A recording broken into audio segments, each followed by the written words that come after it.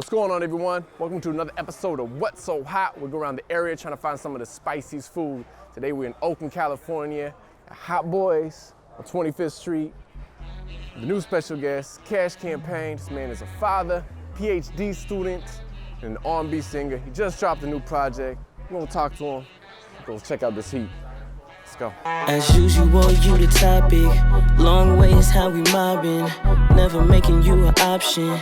Fuck your ex, he hella toxic. Gon' be a queen, you get everything. Keep your lick as you the bomb. You my melody, take you hella deep. Love you like my favorite song.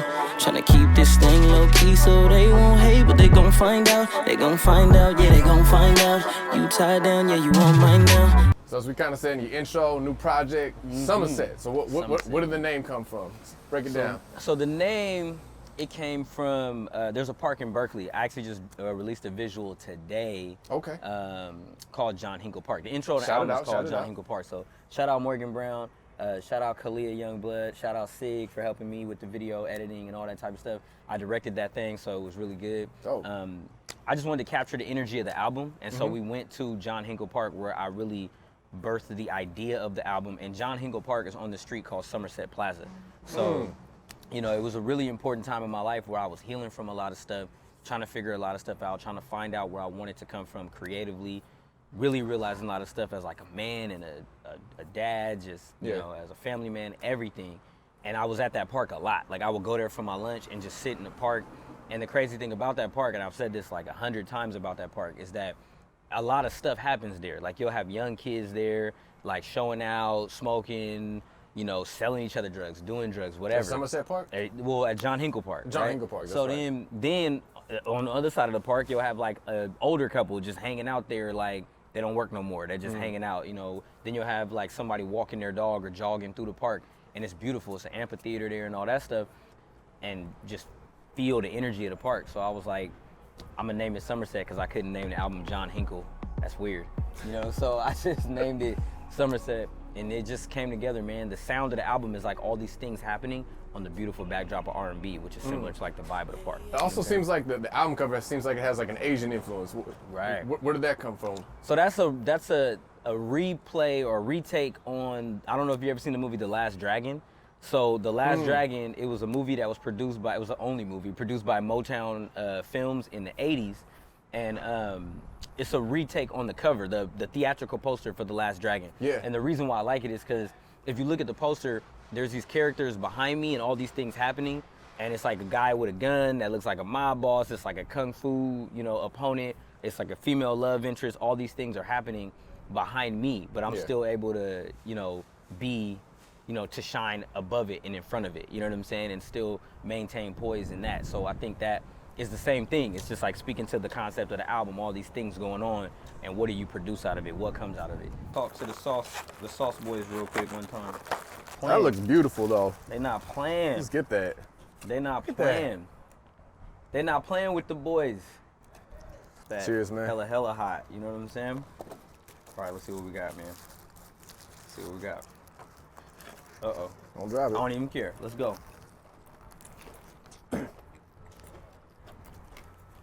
I can feel it when I ate it. That's what I like, man. Happy tears. Come on, give me some more. I need it. You cheering up too? Hell yeah. Oh my God. I just literally French kissed the habanero. You know what I mean? Hey, facts, this is top 5 chicken sandwich I ever had. Probably top 3. Top 2. Top 2. This is good. Hell yeah. This is hot as hell. If you're going to Popeyes and you're not going to the Hot Boys, you told me something about your personality and your values. I'm taking 2 bites. I'm taking a look. My nose is running. When you bite it, it feels like your mouth starts to tingle when it touches your tongue. Like it's not like after you chew it and then you swallow it. It's like as soon as you bite it, you feel your tongue start to tingle. And then the breading has like peppers in it. There's so much sandwich left. I don't know if I can do the whole thing, man, but We're gonna do it. we gotta be real ones. Kind of brought up like you do a lot. Like you're a father, student, doing PhD classes. Right. And being an artist, like how do you balance that? Like what advice do you have in terms of prioritizing so many responsibilities? Shit. plan. A lot of people don't plan. A lot of people like living in the moment is great, but like you gotta say to yourself like, okay, if you know you gotta work on your homework on Saturday, Yep. and you got a show on Friday, you can't get like super trash drunk. You know what I'm saying? Because then you're gonna spend half your Saturday trying to recover, Yeah. or you're gonna try to push yourself and get up and do homework, and your homework's gonna be trash. You get me? It's hot, bro, but it's perfect. Is this the hottest thing you've ever eaten? Yeah, it's the Yeah. hottest thing I ever had. Like as much of it. Like usually this is the sauce that I put on it. Can't be afraid of missing out, bro. Can't be afraid to miss out. People are afraid to miss out, so they try to go to every party, Yeah. every FOMO. event, everything. Yeah. Gotta get over your FOMO. You know, you just gotta be like, yo, I can't go to this party today because I gotta chill. I don't know. Right. I don't see the sweat. Look, You if sweat. it's not, Ooh. if you're not really sweating, then it's not hot, fam. You gotta really be sweating. You know what I'm saying? If it's spicy, you gonna glisten. But if it's hot, you gonna beat up. You know what I'm saying? I take off the hat and just see it all. There you go. See it all happening. It's hot.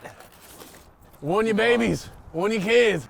All right, so it's kind of leveling out because my mind, I feel like it's starting to. it wants to normalize the pain. So it's okay. I feel like it's not hitting my stomach as harshly as it did the first time. I don't know if I'm normalized to it a little bit, or. Let me say this. I'm not as worried as much about how it feels going down. You're more I'm worried about how it it's gonna feel going coming out. That's more what I'm concerned about, bro. Like I'm more concerned at like 9 o'clock at night having like cramps and feeling like I just want to be unconscious Yeah. because of this sandwich. Because this sandwich is that hot. I'm saying that. So I mean, a lot of, you know, specifically R&B artists, but artists in general, very influenced by MJ. Like, speak on that. Like, what was your first memory of MJ? Man, I would say watching him perform on his HBO special back when you still had to like, well, I think you still might have to order. Well, no, if you got HBO subscribed, then you just get it. Yeah. But like back when you had to order HBO specials for like $25 to watch like 2 hours of TV, and he did this whole HBO special, man. Like when he performed Thriller that day, it literally had like a stage drop down of like all the like zombie characters and everything, and it was like 50 people on stage dancing. And I was like 8 or probably maybe younger than that. But my parents did the ultimate finesse and they taped it while it was going on so I could like watch it later.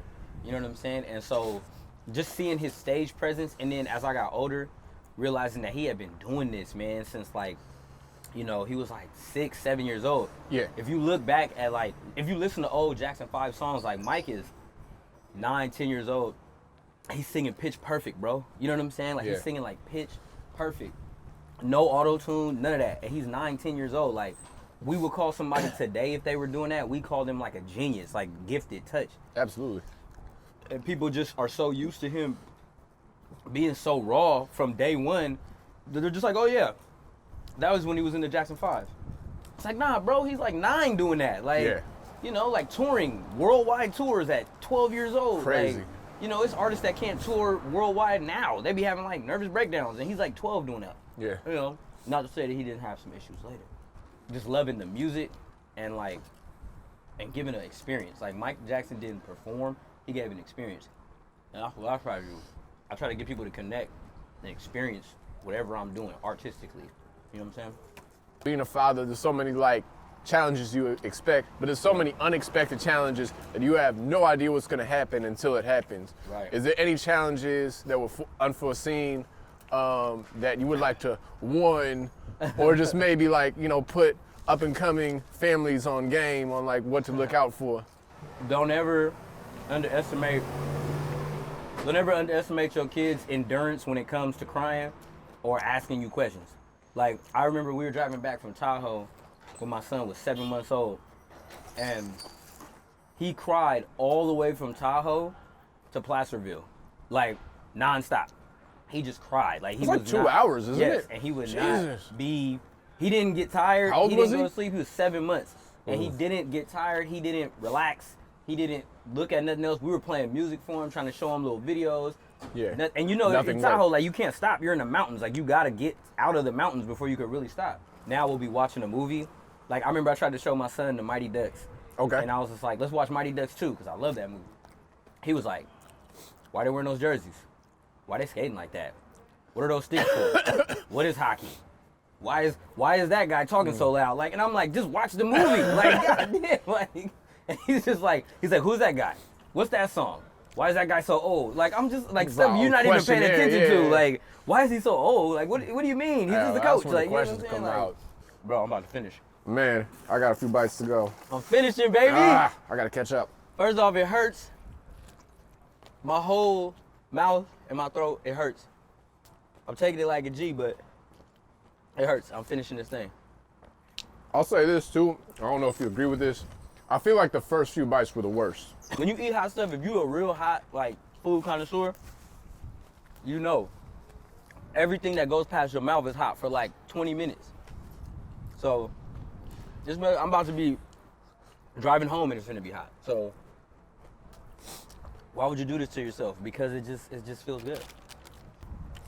When you have that love for something, you just like that extra spice, and you enjoy that pain. You just wanna challenge yourself and just see how far you can take it. Absolutely. I'm breathing in this cold air because it's hot. The cold water is blowing. And this sandwich is really good too. Like, just like flavor-wise, the way they put this together, and do a really good job. All right, man, I'm gonna close this out. Thank you for doing this with me, man. I think this has been the hottest one we've had so far. Oh my God. Cash Campaign, man. You got any last final words? Any shout-outs that you want to do? Check it out. First off, shout out to Hot Boys. That's probably like the second hottest thing that I had that wasn't just straight up like pouring the hottest hot sauce in my mouth, but the hottest food for sure. Shout out to Hot Boys in Oakland. Go get my album Somerset. Shout out to Watzreal. Man, shout out to the show, man. This is like a great pain on a Friday, and I appreciate it so much, bro. And it was hot. I'm telling you right now, like, I'm holding it together like a G, but I'm sweating all up under the hat. My mouth hurts. Yeah, and you gotta take the hat off. My lips hurt. No, I'm not. I don't want to take it off again. I don't want to show weakness, but it's a mess right now. And my nose, I'm probably not gonna have a stuffy nose all winter now. But hearing it out. Shout out to Hot Boys, man. Shout out to y'all. Shout out to What's So Hot. We out here, man. Shout out to this beautiful day. And I just want to be okay later when the digestion is complete. I just want to be okay later. That's it. That's a wrap, y'all. Until next time. Yeah.